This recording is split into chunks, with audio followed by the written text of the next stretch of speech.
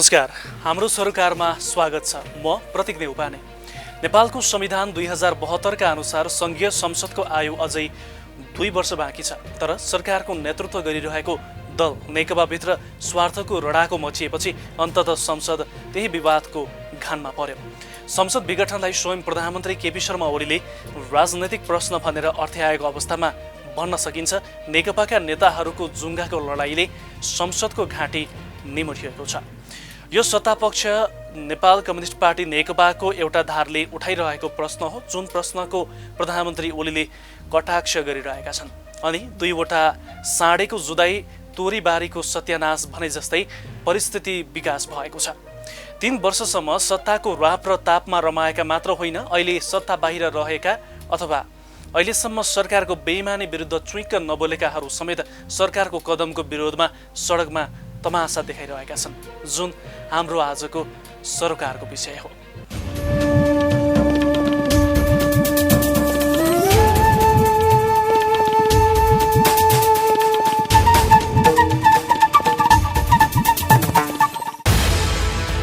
Nepal communist party नेकपा नेतृत्वको सरकारले संसद विघटन पछिको घटनाक्रमलाई अग्रगामी कदम रहेको दावी गरिरहँदा सत्ता इतरका राजनीतिक दल तथा विभिन्न समूहले सरकारको कदमलाई प्रतिगामी कदम भनिरहेका छन्। सरकारले संविधानको धारा नै उल्लेख नगरी चालेको कदम विरुद्ध सडक संघर्ष गरिरहेकाहरू कोही सडकमा उल्टो हिँडेर विरोध गरिरहेका छन् भने कोही सडकमै दाँत माझेर विरोध गरिरहेका छन्। ओली नेतृत्वको सरकारले राजनीतिक अस्थिरता ल्याउन खोजेको तथा उल्टो हिँडेको भन्दै प्रतीकात्मक रूपमा त्यसको विरोध सडकमा पोखिरहेको हो। नेपाली कांग्रेसको नेतृत्व नै सरकारको कदमका विषयमा विभाजित भइरहँदा भातृ संगठन नेपाल विद्यार्थी संघले भने संसद विघटनलाई असंवैधानिक तथा अलोकतान्त्रिक भएको ठहर गर्दै सडकमा उल्टो हिँडेको छ।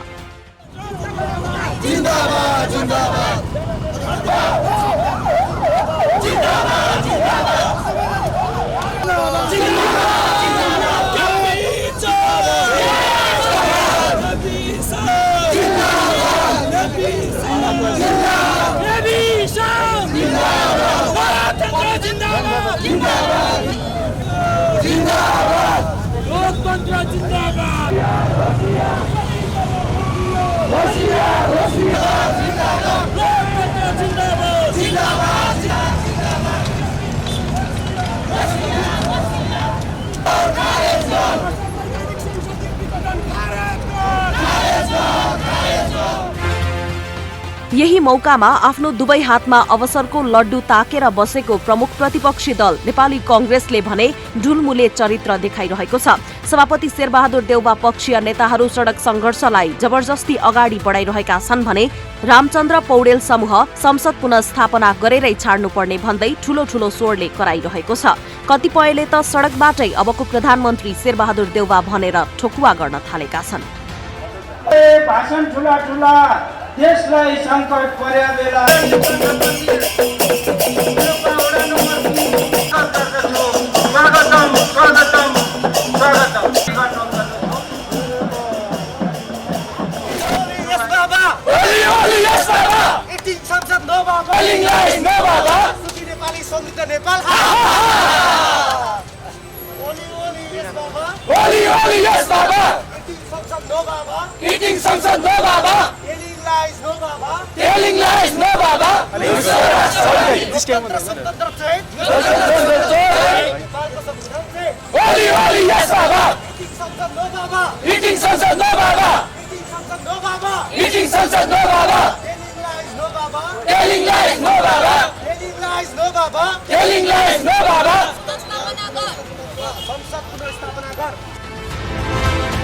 फुटको दिलमा पुगेको नेपाल कम्युनिस्ट पार्टी नेकपाको ओली इतरको समूहले पनि असन्तुष्टि सडकमै पोखाइरहेको छ। 2074 सालको प्रतिनिधि सभा तथा प्रदेश सभाको निर्वाचनमा केपी शर्मा ओलीलाई आफ्नो आदर्श मान्ने अखिल नेपाल राष्ट्रिय विद्यार्थी युनियन अनेरा सोबियु सहितको जनवर्गीय संगठन पनि अहिले सडकमै छन्। नेकपा प्रचण्ड नेपाल समूह प्रतिनिधि सभा पुनर्स्थापना नभए सडक संघर्षबाटै आदि बेहेरी ल्याउने उद्घोषका साथ अगाडि बढिरहँदा सोखेमा निकटका विद्यार्थीहरूको सडकमा देखिएको चटक पनि कम रोचक छैन।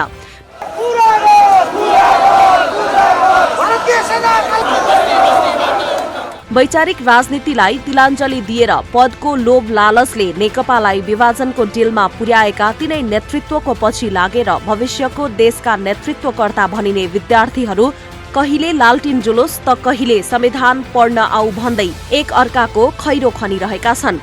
ओली खेमाका भातृ संगठनहरू प्रचण्ड माधव पक्षलाई खुइल्याउन लागि परेका छन् भने प्रचण्ड माधव पक्ष ओली खेमालाई खुइल्याउन लागि परेका छन्।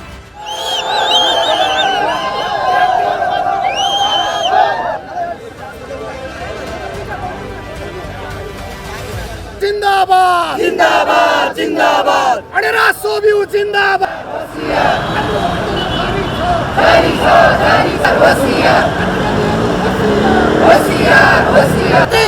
मुर्दाबाद मुर्दाबाद मुर्दाबाद प्रतिगामीको धारा खै दिउँसै लाटिन बाल्यो है हामी अरु मुर्दाबाद मुर्दाबाद मुर्दाबाद संसद विघटन मान्दैनौ संसद विघटनको धारा खै शहीदहरु लाल सलाम लाल सलाम लाल सलाम वीर शहीद खै दिउँसै लाटिन बाल्यो है अनेरा सोबिउ जिन्दाबाद मुर्दाबाद प्रतिगमन मुर्दाबाद मुर्दाबाद मुर्दाबाद विघटनको धारा खै दिउँसै लाटिन बाल्यो है संसद अरु जान्दैनौ संसद विघटन मान्दैनौ हामी अरु चाहिँ दिउँसै लाटिन बाल्यो है संसद विघटनको धारा खै दिउँसै लाटिन बाल्यो है न्यायाधीश मन्त्रीहरु होशियार होशियार होशियार वीर शहीदहरु लाल सलाम जारी छ जारी छ जारी छ संसद विघटनको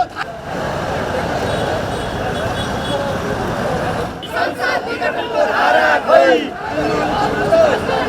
संसद अनेरा सोबिउ जिन्दाबाद जिन्दाबाद जिन्दाबाद अनेरा सोबिउ जिन्दाबाद जिन्दाबाद जिन्दाबाद अनेरा सोबिउ यहाँ छ मण्डलीहरु कहाँ छन् अनेरा सोबिउ खारेज कर खारेज कर प्रतिगामी कदम खारेज कर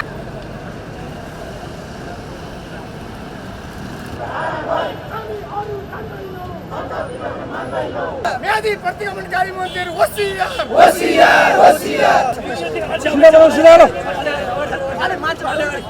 हामीलाई कमान्डरको रूपमा आउनुभएका नेपाल कम्युनिस्ट पार्टीका को इतिहास छ त्यही योगेश दाइ हाम्रो बीचमा आएर को नजिकै हुनुहुन्छ एकचोटि केपी ओलीलाई शान्तिवादी निरङ्कुशतावादी चिन्तन अवश्य ढल्नेछ।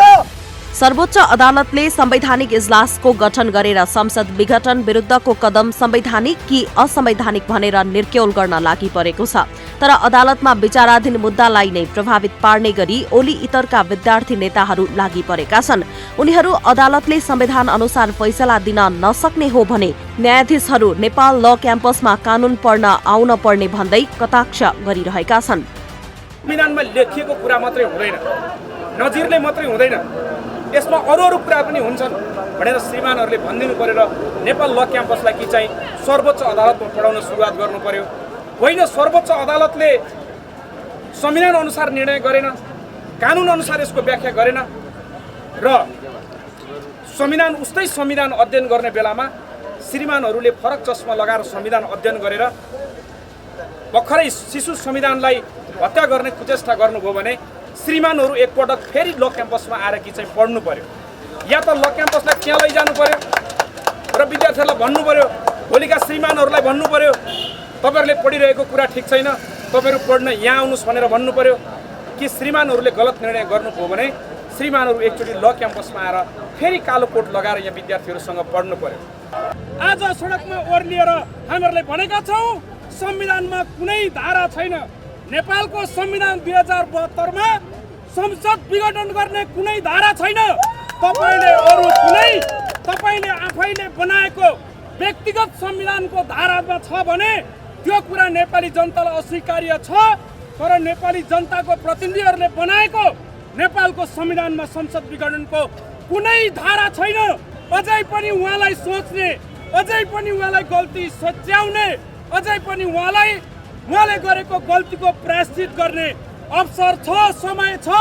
तर समय फर्क्यो भने केपी ओलीजीका अहिलेका काम चलाउ मन्त्रीहरू देशभरि एउटै कार्यक्रममा जान पाउने छैनन्, किनभने तिनीहरू सबैलाई आज हामीले कालो झण्डाले मात्रै स्वागत गरेका छौँ। यही कदम जारी रह्यो भने केपी ओलीका कुनै पनि मन्त्री जनताको बीचमा अनुहार देखाउन नहुने गरी कालो मोसो लाउने समयमा त्यति मात्रै होइन, केपी ओलीलाई आज हामी भनिरहेका छौँ कानुन सम्मत संविधान सम्मत यो निर्णय सच्याउनुहोस्। यो निर्णय सच्याउनु भएन भने भोलि हामी देशभरि पुतला दहन गर्दैछौँ। पुतला दहन मात्रै होइन, आवश्यक पर्यो भने अग्रगमनको परिवर्तनको जन्ती जान तयार भएको यो पुस्ता आजको सङ्घीय लोकतान्त्रिक गणतन्त्र नेपालको विरोधीहरूको आवश्यक पर्यो भने हामी मलामी जान तयार छौँ। प्रतिगमनको विरुद्धमा लड्ने कुरा हामी छैन, हामी छोड्ने छैनौँ। राजनीतिक अवस्थिति अनुसार संविधानको आफ्नो अनुकूलतामा व्याख्या गर्ने राजनीतिक दलहरूको चलन नेपालमा लामो समयदेखि चलिआएको हो। उक्त चलनलाई अहिले पनि कायमै राखिएको छ। देशको प्रधानमन्त्री भइसकेका नेताहरू तथा हालका प्रधानमन्त्री समेत संविधानको व्याख्या आफ्नो अनुकूलतामा गर्न अलिकति पनि हिचकिचाउँदैनन्। स्वार्थको गर्दन जोडेर हिँडेका नेकपाका दुई अध्यक्ष केपी शर्मा ओली र पुष्पकमल दाहाल प्रचण्ड 3 वर्ष पुग्न नपाउँदै सडकमा पुगेर एक अर्काका आन्द्रा भुडी निकाल्दै असरल्ल छर्दै हिँडेका छन्। तर कुरा के रहेछ कमरेडहरू र मित्रहरू भने प्रतिक्रान्तिकारीहरू, प्रतिक्रियावादीहरू र गलत प्रवृत्तिका मान्छेहरू जाल, जेल, षड्यन्त्र, विधि पद्धति बाहिर अँध्यारा कुनामा राति चाहिँ के हुन् के बैठक भएको पनि सुनेको छु मैले। आज चाहिँ भन्दिनँ, अर्को दिन भनौँला तपाईँहरूलाई कस्ता कस्ता मान्छेका बैठक बसेर रहेछन् भन्ने कुरा पनि। उनीहरू त्यसो गर्दा रहेछन् हामी दिउनको उज्यालोमा खुल्लम खुल्ला सिधा सिधा पारदर्शी तरिकाले जनतासँग वार्ता गर्छौँ। यही हो फरक, केपी र हाम्रो फरक त्यहाँ छ। हामी सिधा सिधा भनिरहेका छौँ र पार्टीको वैधानिकताको कुरा र सूर्य चुनाव चिन्हको कुरा यो त दिनको घाम जत्तिकै छर्लङ्ग छ। 70% भएको पार्टी नहुने अनि 100 को वरिपरि बसेर 1200 बनाए भनेर नौटङ्की गर्ने, त्यो पनि कहीँ छलफल छैन, कहीँ छलफल छैन। एकजना व्यक्तिले 1200 भनेपछि 1200 हुने यस्तो पनि हुन्छ दुनियाँमा कहीँ? कम्युनिस्ट सिद्धान्त पद्धति विधि एकजनाको सनकमा संसद भङ्ग, सनकमा चाहिँ चुनावको घोषणा, सनकमा चाहिँ 1200 एकजनाले सिधै, त्यहाँ कहीँ छलफल छैन। मैले बुझ्दा सडकले नै हो सच्याउने, जनताले नै हो सच्याउने। अरू कुरा पनि हामी गरौँला, अदालतसँग हामीले सम्मान गर्ने हो, अदालतलाई सम्मान बाहेक केही गर्न मिल्दैन। हामी गर्दैनौँ पनि। हामी आशा गर्छौँ अदालतले छिटोभन्दा छिटो यो असंवैधानिक र अलोकतान्त्रिक कदम सच्याउने छ भनेर भरोसा गर्छौँ हामी। तर हाम्रो सबभन्दा ठुलो भरोसा नेपाली जनतामाथि नै हो, अरूमाथि होइन। जनताले मात्रै यसलाई सच्याउन मद्दत गर्न सक्छन् भन्ने हाम्रो अन्तिम भरोसा जनतामाथि हो। कतिपय मानिसहरूलाई अहिले कम्युनिस्ट पार्टी विभाजित भएको मध्यावधि भइहालिदियो भने त हामीले चुनाव जितिहालिन्छ नि भनेर अलिअलि सपना देख्न खोजेको कुरा नि सुनिन्छ। म ती साथीहरूलाई त्यस्तो सपना नदेख्नु, त्यो दुस्वप्न हो भन्न ठान्छु म चाहिँ। यो हुनेवाला चुनावको घोषणा भएकै होइन। यति तथ्यहरू भन्दै पनि भ्रममा परियो भने हामी बर्बाद हुन्छौँ, नेपाल बर्बाद हुन्छ। यो चुनाव गर्नलाई घोषणा भएकै होइन। स्वयं केपी ओलीलाई भरोसा छैन। अस्ति भएका कुरा मैले थाहा पाइसकेको छु। चुनाव त हुँदैन त्यति बेला, जबरजस्ती लाने हो भन्ने छ उहाँहरूको योजना। म साथीहरू जसलाई लोभ लागेछ नि हामी जित्छौँ कि भन्ने भ्रममा नपर्न अपिल गर्दछु। हुनेवाला हो भने त अर्को अध्यक्षले 5 मिनट 15 मिनट कुरा गरेर पार्टी एकता नि बचाउँ, संसद नि बचाउँ भन्दाखेरि हुँदा खाँदाको बहुमत छोडेर यस्तो दुर्घटना गर्नेले चुनाव गराउँछन्?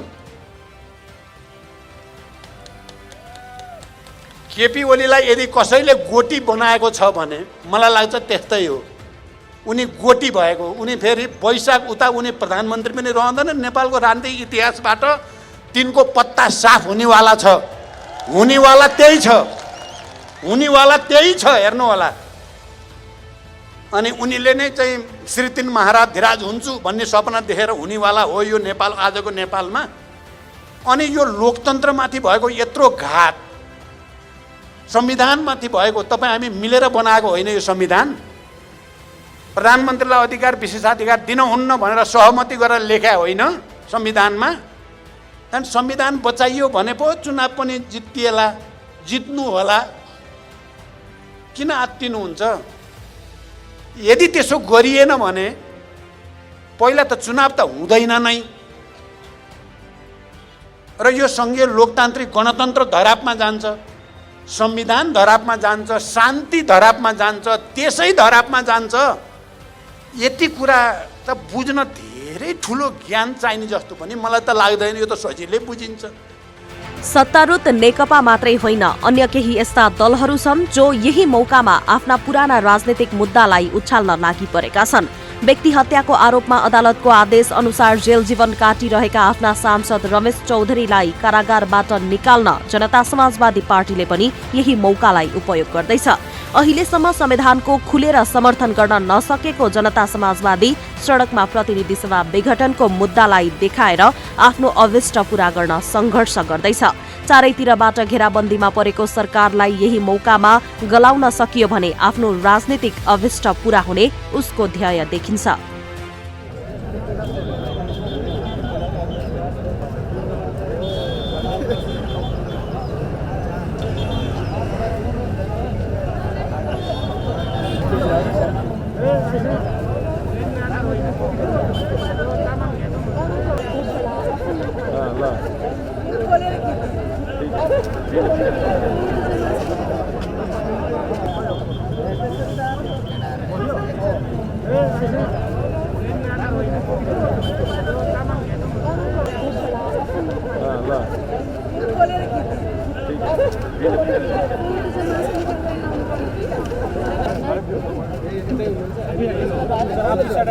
हाम्रो विशाल जनप्रदर्शन अगाडि बढ्न गइरहेको छ। सबै आदरणीय दाजुभाइ तथा दिदीबहिनीहरूलाई लामबद्ध भएर दुई लाइनमा असंवैधानिक, अलोकतान्त्रिक र प्रतिगमनकारी कदम खारेज। मुद्दा खारेज।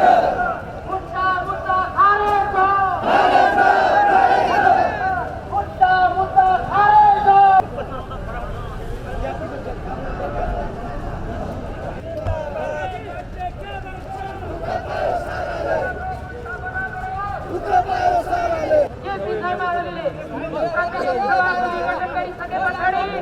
जो असंवैधानिक, अलोकतान्त्रिक र प्रतिगमनकारी प्रतिनिधि सभाको पुनर्स्थापना गराउनको निमित्त बाध्य पार्नेछ। जो असंवैधानिक कदम हो 6 गते नै हामीले विरोध गर्यौं। प्रतिगमन मुर्दाबाद। सडकमा नारा जुलुस मात्रै होइन, आफ्नो रचनात्मक देखाएर समेत विरोध प्रदर्शन गर्नेहरूको प्रतिस्पर्धा नै चलेको छ। संसद विघटनको विरोध कोही नाच्दै गरिरहेका छन् भने कोही चित्र कोरेर त कोही विभिन्न बाजा बजाएर आफ्नो फरक मत राखिरहेका छन्। यति मात्रै होइन, केहीले त कविता वाचन गरेर समेत सरकारको पछिल्लो कदमको विरोध गर्न भ्याए। अचानक मन्त्री ढल्नेछ, हात्ती घोडा उठ बीचमा हुनेछ राजा। अचानक मन्त्री ढल्नेछ, हात्ती घोडा उठ बीचमा हुनेछ राजा। हात्ती घोडा उठ पनि बिस्तारै ढल्दै जानेछन्। पिउसोहरू एक एक स्टेप अगाडि बढ्नेछन्। जति बढ्दै जानेछ राजा उति हताश भएर भागी हिँड्नेछ र एक कुनामा पुगेर पिउसोले राजालाई चेक दिनेछ। यसरी पनि चेस खेल सकिनेछ। इतिहास भन्छ कि यसरी नै प्रत्येक शासक सकिनेछन् कि उसको सिनोलाई गिद्धले पनि घिनाउनेछ।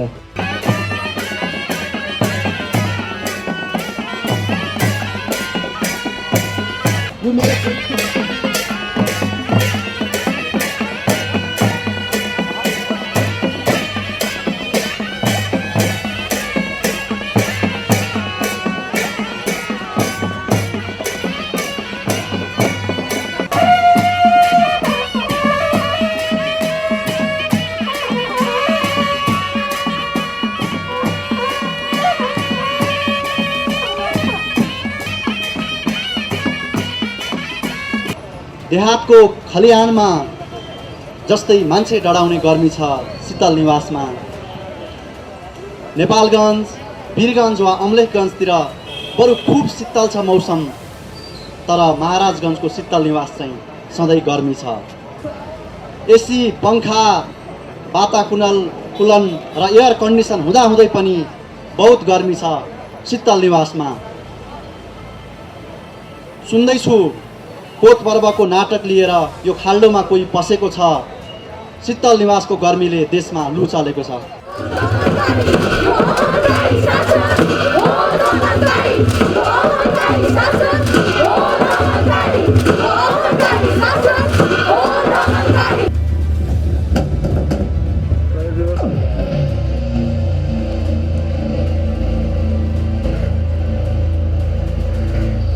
हिजो शासकहरूले भने मनै संविधान हुँ, जनताले शासकलाई भने तिमी संविधान होइनौ न त तिमी नीति हो। हामी बनाउँछौँ नीति र विधि, हामीलाई चाहिएको छ कहीँ पनि हुने छैन। जनताले स्थापना गरेको विधि बाहिर कोही पनि तानासाही हुने फुन्ने कोसिस गरे, हात खुट्टा बाँध्ने कोसिस गरे, ज्यान लिने कोसिस गरे। लुगा त फेर्यौ, खाना त फेर्यौ, अनुहार त फेर्यौ। मेरो निर्देशन मान, मेरो मात्रै निर्देशन मान।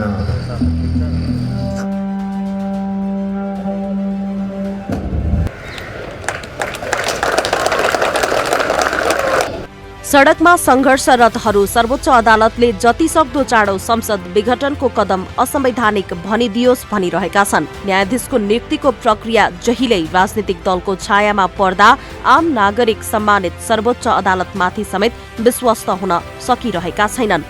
तसर्थ सडकमा आफ्नो दृष्टिकोण असन्तुष्टि पोखिरहेको छ। सरकारको कदम संवैधानिक कि गैर संवैधानिक भन्ने विषय अदालतमा प्रवेश गरिसकेको अवस्थामा सर्वोच्च अदालतको नेतृत्व गरिसकेका तथा अदालतमा राजनीतिलाई प्रवेश गराएको आरोपबाट गुज्रिएका पूर्व प्रधान न्यायाधीश तथा न्यायाधीशले यही विवादमा वक्तव्यबाजी गरेर धमिलो राजनीतिमा आफ्नो स्वार्थ सेकाइरहेका छन्, जुन कदमलाई लिएर कानूनविदहरू समेत विभाजित छन् र अनुकूलता र प्रतिकूलताको तर्क बाहिर आइरहेको छ। धारा 76 को प्रयोग पहिलो पटक निर्वाचन भएपछि सरकार गठन गर्ने सन्दर्भमा हो। सरकारै गठन भएन भने के गर्ने भन्ने मात्रै कुरा हो यसको। त्यसकारण धारा 1 मा यो वास्तवमा यो प्रधानमन्त्री अब हाम्रो चाहिँ यस्तो राज्य यस्तो भजमने तालले चलिराखेको छ नि, यो सरकार 76(2) कै हो, 76(1) को होइन। फागुन 3 गते यो सरकार गठन भएको छ, जेठ 3 गते बल्ल पार्टी एकता भएको छ। 76(2) को प्रधानमन्त्री भनेर राष्ट्रपतिजीले 76(2) को प्रधानमन्त्री भनेर पहिले भन्नुभएको छ। पार्टी एकीकरण भइसकेपछि उहाँले राजीनामा दिनुभएको पनि होइन, राष्ट्रपतिले तपाईँ 76(1) को हुनुभयो भनेर बढुवा गर्नुभएको पनि होइन। उहाँले त्यो पोजिसन चेन्ज गर्नुभएको छैन। अहिले भन्नुहुन्छ म 64% को समर्थनको प्रधानमन्त्री भन्नुभएको छ, त्यो झुटा कुरा हो। दोस्रो कुरा, संसदीय प्रणालीको कुरा गर्ने हो भने उपेन्द्र यादवजीहरूले समर्थन गर्नुभएको थियो, उहाँले फिर्ता लिनुभयो। फिर्ता लिइसकेपछि विश्वासको मत दिन जानुपर्छ, त्यो विश्वासको मत पनि लिनु भएन। पार्टीभित्र उहाँले पार्टीले अप्ठ्यारो पार्यो भनेर भन्नुभएको छ भने संसदमा जानु पर्थ्यो, मलाई अप्ठ्यारो पर्यो, म संसदको फ्रेस मैले चाहिँ म्यान्डेट दिन्छु भन्नु पर्थ्यो। जनताको जनमत 5 वर्षमा एकचोटि टेस्ट हुन्छ, रिकलको बन्दोबस्त हामीले राखेनौँ संविधानमा। तर संसदको प्रधानमन्त्रीको विश्वासको मत चाहिँ पल पलमा टेस्ट गरिरहनुपर्छ।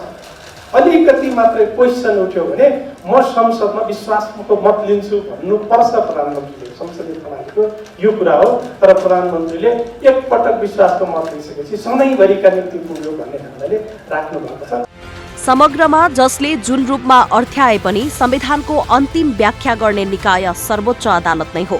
यो विषय अदालतको क्षेत्राधिकारभित्र पुगिसकेको छ। तर राजनीतिक चस्माले हेर्ने हो भने यो नेकपा नेतृत्व असफल बनेपछि सृजना भएको परिस्थिति हो र यो मुद्दा किनारा लाग्दै गर्दा कुनै न कुनै रूपमा यसले संविधानवादको हत्या गर्न सक्छ।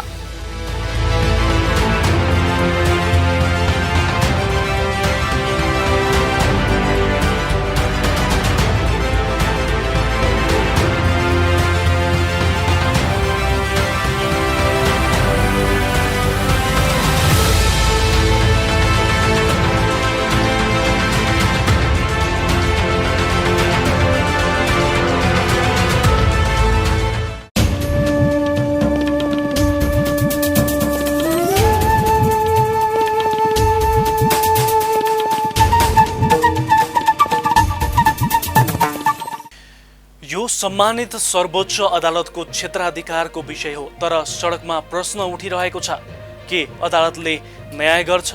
विभिन्न आक्षेप र आबद्धता पार गरेर न्यायमूर्ति बनेकाहरूले के सही अर्थमा संविधानवादको लय समात्लान्? किनकि सर्वोच्च अदालत अथवा नेपालको संसदीय राजनीतिमा यस्तै विवादको प्रश्नमा मिश्रित अनुभव छ। अदालतले राजनीति गर्दैन, अदालतले कानुन र संविधानको व्याख्या गर्छ भन्ने मूलभूत मान्यता पनि मरेको छैन। यो अवस्थामा न्यायालय कुन धरातलमा उभिएला अनि सर्वोच्चबाट आउने फैसलाले मुलुकलाई निकास देला अथवा थप अराजकता निम्तिएला?